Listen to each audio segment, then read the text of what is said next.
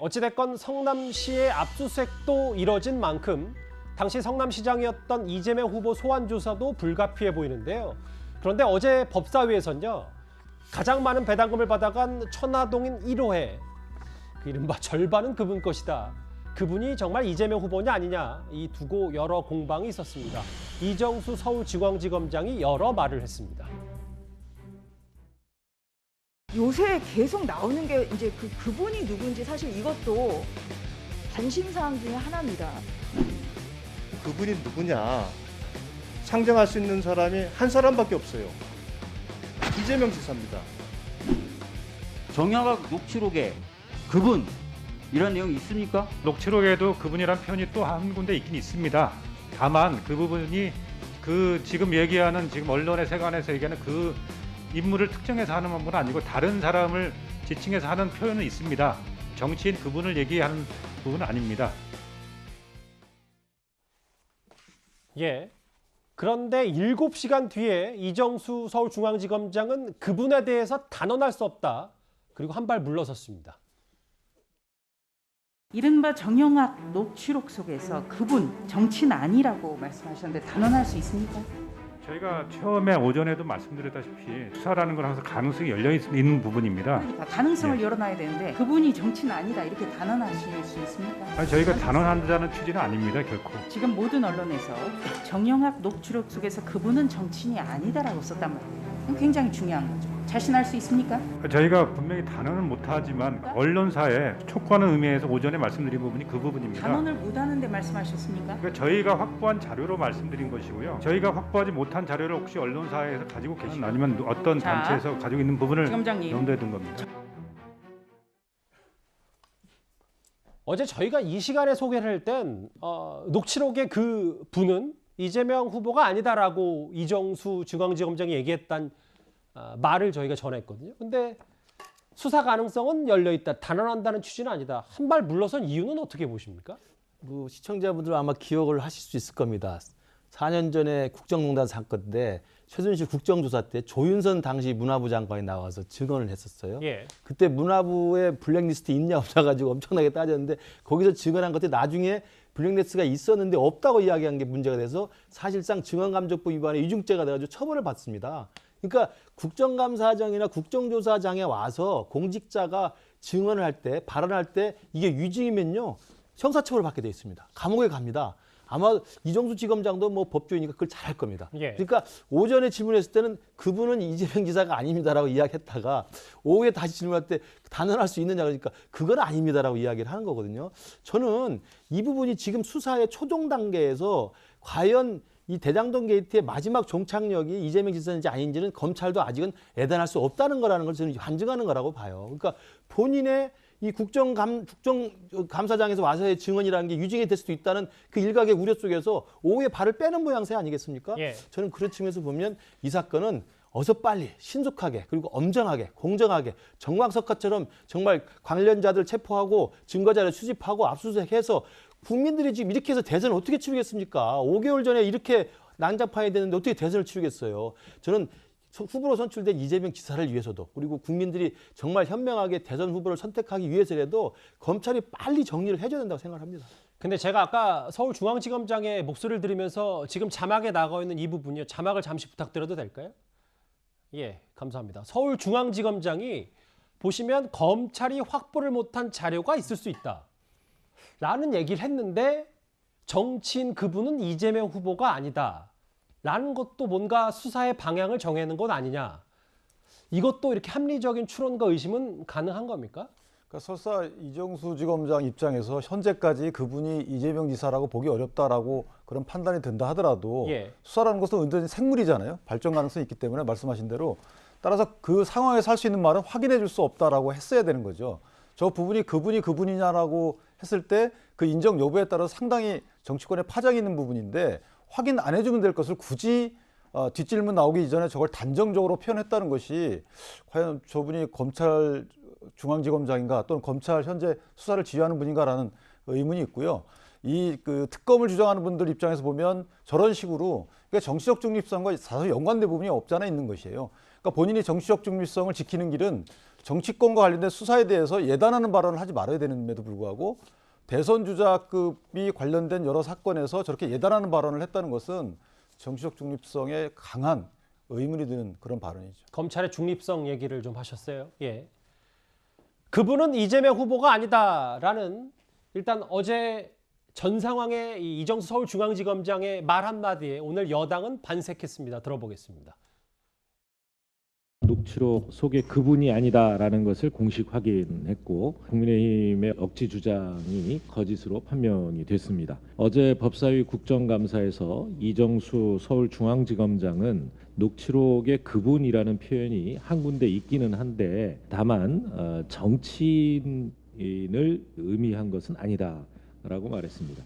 그럼에도 불구하고 공공개발로 토건 비리 세력의 부당이득을 환수한 이재명 후보에 대해 묻지마 정쟁을 일삼고 있는 국민의힘 반드시 심판받을 것입니다.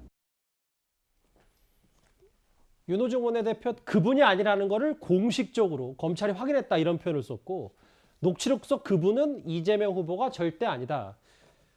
뭐 검찰의 저 얘기를 믿고 오늘 여당에서는 다시 국민의힘 게이트로 얘기를 좀 하고 있거든요. 예.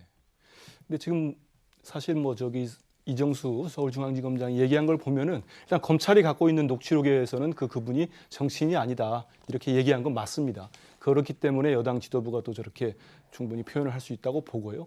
사실 저는 이 녹취록 자체가 이미 법원에서 상당히 어떻게 증거로서 인정을 받았는지가 좀 의심스럽습니다. 아하. 그래서 그분들끼리 또 그분이 됐네요. 그분들끼리 또 그분을 지칭했기 때문에 어디까지 믿어야 되는지 모르겠고요. 예. 저도 뭐 캠프에 있기 때문에 단언하지만 이 그분은 우리가 아는 이재명 후보는 아닙니다. 예. 아닌 걸 알고 있고요.